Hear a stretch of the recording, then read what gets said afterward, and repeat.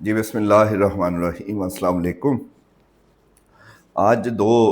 چیزوں سے آپ کو جو ہے مطلع کرنا ہے، دو خبریں ہیں۔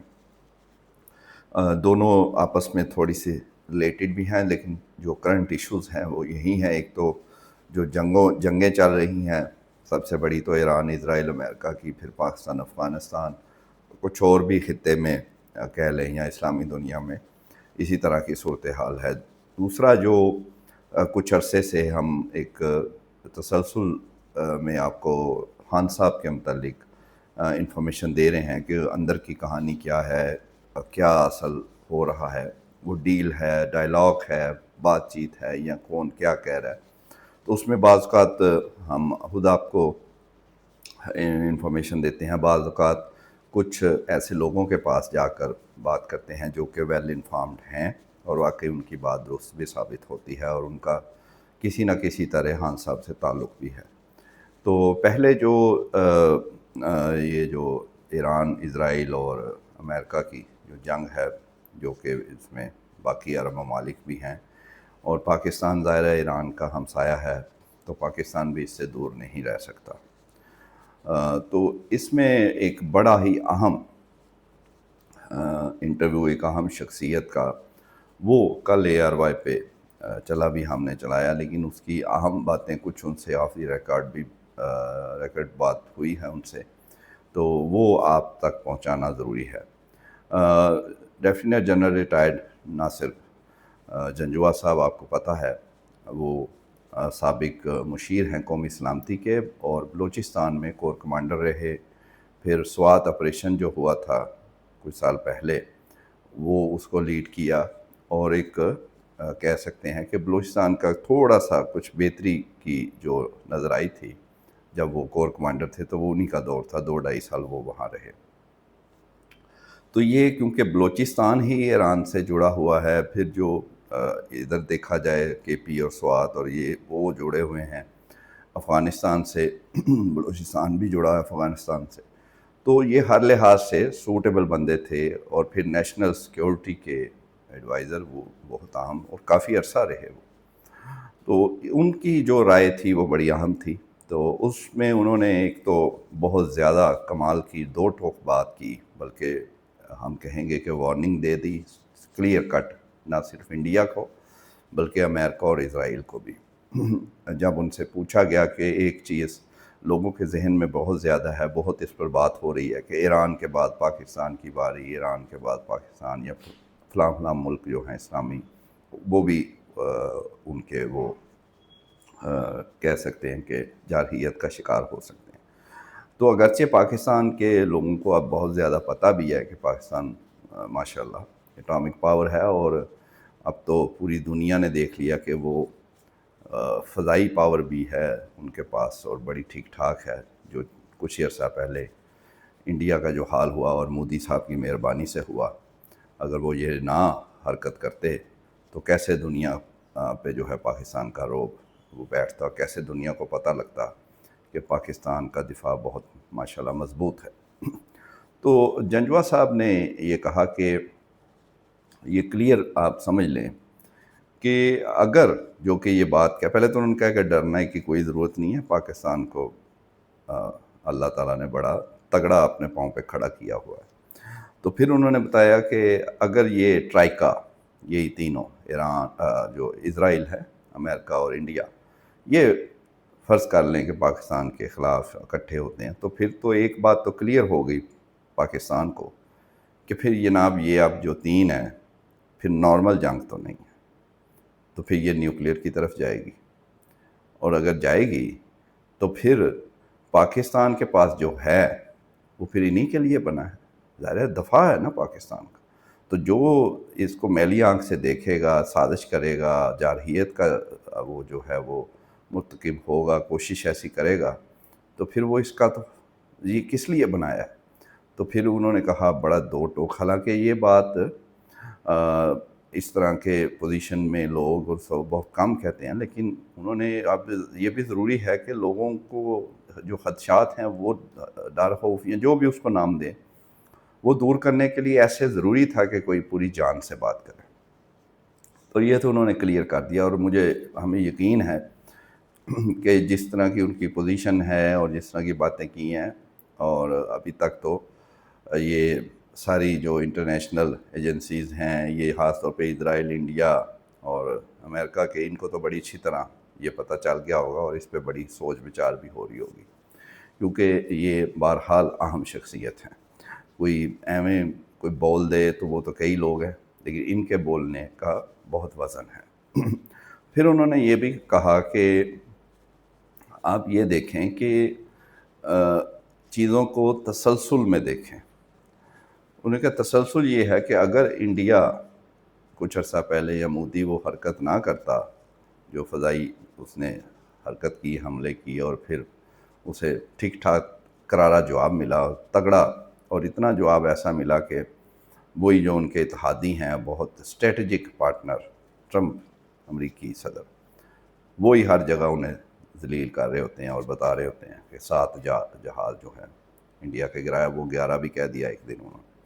تو گرنے تو ان کے بہت زیادہ تھے، تو پاکستان نے تھوڑا ریسٹرینٹ کا مظاہرہ کیا۔ تو انہوں نے کہا کہ جب یہ ہوا تو یہ ایسی ٹائمنگ اللہ کی طرف سے تھی کہ اگر یہ نہ ہوا ہوتا اور ابھی کی صورتحال دیکھتے، اور ہمیں بھی، قوم کو بھی یہ شاید اتنا پتہ نہ ہوتا، باتوں یا کتابوں کی حد تک تو پتہ ہے، لیکن عملی طور پہ شاید اتنا نہیں پتہ تھا، جو کہ مودی کی مہربانی سے ایک مناسب وقت پر جواب پوری دنیا کو پتہ چل گیا، تو ایک داغ بیٹھ کی پاکستان کی، تو ان کا وہ اب ہمارے اس وقت کام آ رہی ہے۔ تو اب 100 دفعہ انڈیا سوچے گا۔ اور پھر انہوں نے کہا کہ اب فرض کر لیں اگر یہ ٹرائیکا ملتی ہے تو استعمال تو انڈیا کو کرے گی نا، تو کیا انڈیا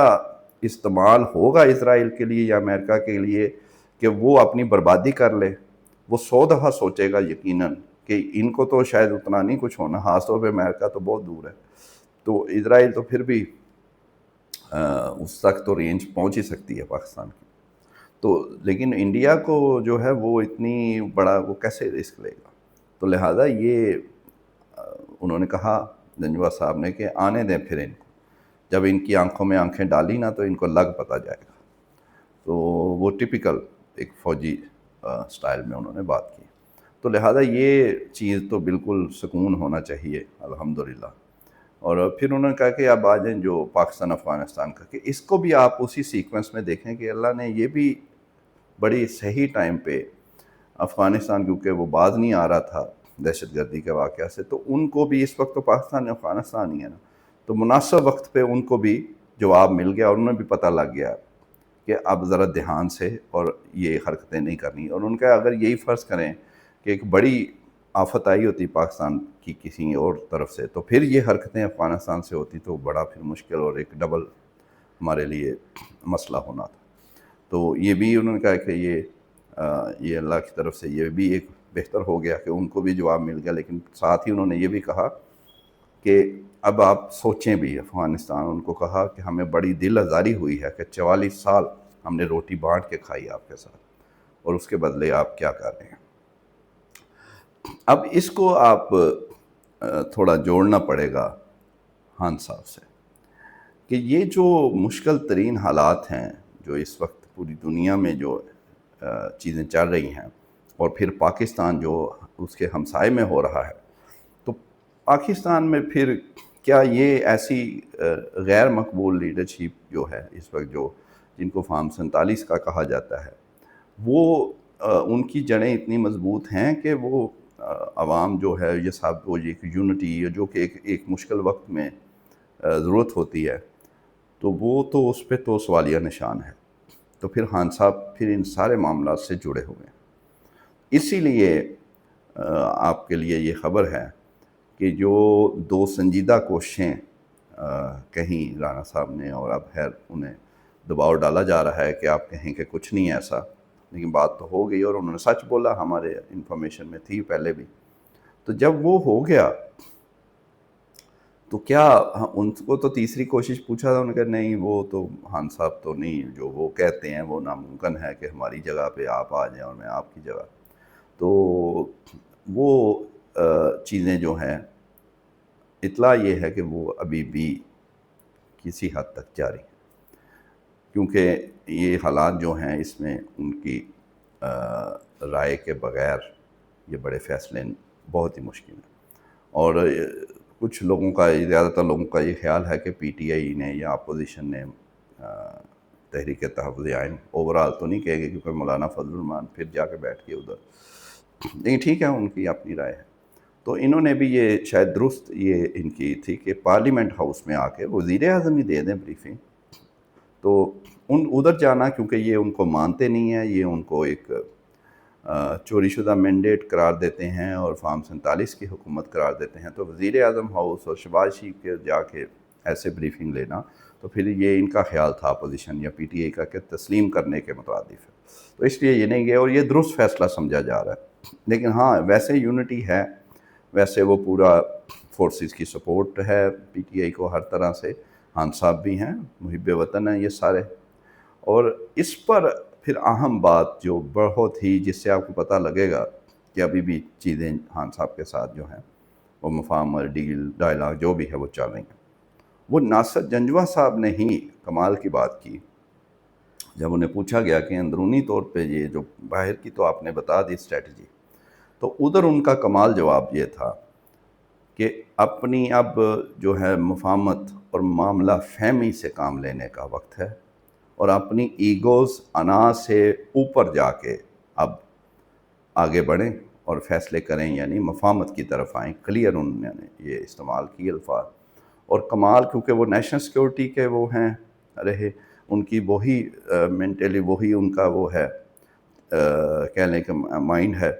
تو انہوں نے کہا کہ نیشنل سیکورٹی اصل میں کیا ہے، وہ پولیٹیکل سٹیبلٹی ہے. سب سے پہلی شرط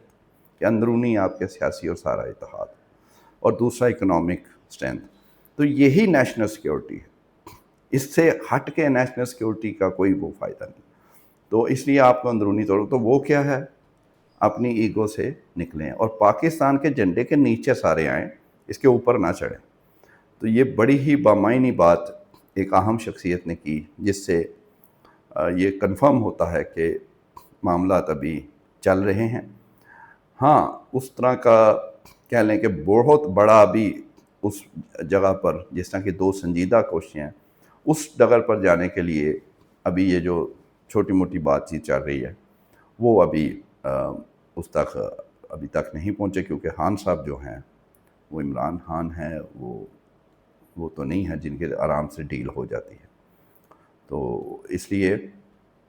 وہاں تو بات کسی حد تک ان کی بھی ماننی پڑے گی. اور اب بات چیت ملک سے باہر کی زیادہ نہیں ہے، اب ملک کے اندر کی بات ہو رہی ہے اس وقت کہ ادھر ہی رہیں، باہر آئیں، لیکن کیسے رہیں، کیا کریں، کس حد تک بولیں، خاموش رہیں، نہیں رہیں. خاموش تو وہ نہیں رہ سکتے. اور پھر بشریٰ بی بی کس حد تک جو ان کا دعویٰ ہے آپ کو یہ خبر دے چکے ہیں کہ وہ راضی کر سکتی ہیں خان صاحب. تو اس کے متعلق انشاءاللہ اب ڈیوریشن پھر زیادہ ہو جاتا ہے، تو اس کے متعلق آپ کو آگے بھی اپڈیٹ کرتے رہیں گے. Thank you.